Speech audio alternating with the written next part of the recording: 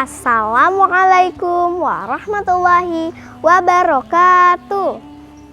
Bismillah, alhamdulillah, wassalatu wassalamu ala rasulillah wa ala alihi wa ashabihi wa mawalah. La hawla wa la quwata illa billahil aliyyil azim. Allahumma salli ala Muhammad wa ala ali Muhammad. Qala Allah ta'ala fil Qur'anil Karim. A'udzu billahi minasyaitonir rajim. Bismillahirrahmanirrahim. Ya ayyuhalladzina amanu kutiba alaikumusiyam kama kutiba alal ladzina min qablikum la'allakum tattaqun. Hai orang-orang yang beriman, telah diwajibkan atas kamu berpuasa sebagaimana telah diwajibkan atas orang-orang sebelum kalian, agar kalian menjadi orang yang bertakwa. Shadaqallahul azim. Diriwayatkan dalam hadis Rasul SAW bersabda, sebaik-baik di antara kalian ialah orang yang panjang umurnya dan baik pula amalannya. Hadis riwayat Tirmizi. Yang saya hormati Bapak dan Ibu juri, Bapak, Ibu guru, dan teman-temanku sekalian yang saya banggakan, sudah selayaknya kita bersyukur atas nikmat Allah yang diberikan kepada kita.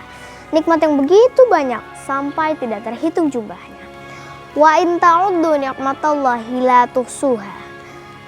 Dan jika kamu menghitung-hitung nikmat Allah, tidaklah kamu dapat menghitungnya. Dan harapan kita dapat wasilah dari Rasul Muhammad SAW di hari kiamat kelak. Oleh karenanya, perbanyaklah bersalawat kepadanya. Allahumma sholli ala Muhammad wa ala ali Muhammad. Teman-temanku semua, masih pada puasa kan? Haus, lapar, pasti iya, kan lagi puasa. Tapi kita harus tetap semangat. Niatkan karena Allah agar kita dapat derajat takwa. Dikisahkan, suatu malam sahabat Nabi SAW, Thalhah bin Ubaidillah bermimpi tentang dua pemuda dari suku Qudaah yang sudah meninggal keduanya. Dalam mimpinya, Thalhah berada di depan pintu surga bersama kedua sahabat yang telah meninggal tersebut. Tiba-tiba dari dalam surga terdengar suara yang memanggil dari salah satu sahabat yang meninggal tersebut. Yang anehnya, yang dipanggil terlebih dahulu adalah sahabat yang meninggal karena sakit, bukan yang mati syahid. Suara tersebut mempersilahkan sahabat untuk masuk surga terlebih dahulu. Setelah itu, suara dari dalam surga kembali terdengar dan memanggil sahabat yang mati syahid. Masuklah sahabat tersebut ke dalam surga. Suara itu kembali terdengar dan berkata kepada Thalhah, kembalilah karena belum waktumu masuk surga. Thalhah pun terbangun dari mimpinya. Perlu diketahui hadirin, kedua pemuda tersebut masuk Islam bersama dan menjadi sahabat yang bertakwa. Ketika Islam membutuhkan bantuannya, mereka yang ringan tangan membantu dengan hartanya maupun tenaganya.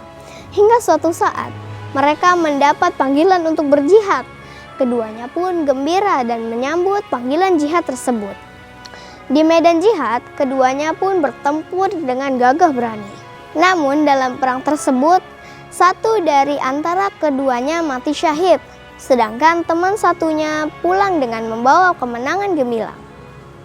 Keesokan harinya, Thalhah pun menceritakan mimpinya tersebut kepada para sahabat lainnya. Namun para sahabat tidak percaya. Mereka tidak percaya bagaimana mungkin sahabat yang meninggal karena sakit dipanggil lebih dahulu daripada yang mati syahid. Lalu Thalhah menceritakan mimpinya tersebut kepada Rasulullah SAW. Setelah mendengar cerita tersebut, Rasulullah membenarkan tentang mimpi Thalhah itu. Para sahabat pun heran. Wahai Rasulullah, orang yang pertama ini adalah orang yang paling banyak jihadnya di antara mereka. Lalu ia mati syahid. Tapi, kenapa temannya yang meninggal terakhir masuk surga lebih dahulu darinya? Rasulullah SAW pun berkata, apa yang membuat kalian heran? Bukankah temannya itu masih hidup selama setahun? Mereka menjawab, betul ya Rasulullah. Rasul berkata, dan bukankah ia masih mendapati Ramadan lalu ia berpuasa dan melakukan sholat ini dan itu? Mereka menjawab, betul ya Rasulullah. Rasulullah pun berkata, maka jarak antara mereka lebih jauh daripada jarak antara langit dan bumi. Hadirin yang dirahmati Allah, Kisah tersebut memperlihatkan kepada kita betapa keutamaan Ramadan dan ibadah di dalamnya dapat mengalahkan keutamaan seorang yang mati syahid yang sangat agung. Ibadah Ramadan mendidik kita untuk mencapai derajat takwa. Ketahuilah bahwa takwa adalah sebaik-baiknya bekal.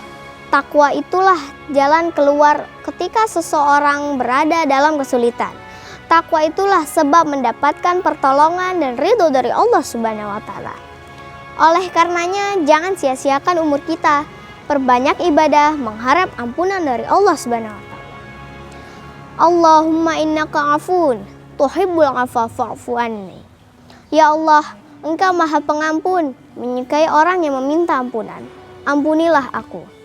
Semoga Allah ampuni dosa kita dan menerima ibadah puasa kita dan kita mendapat derajat takwa di sisi Allah Subhanahu wa Ta'ala.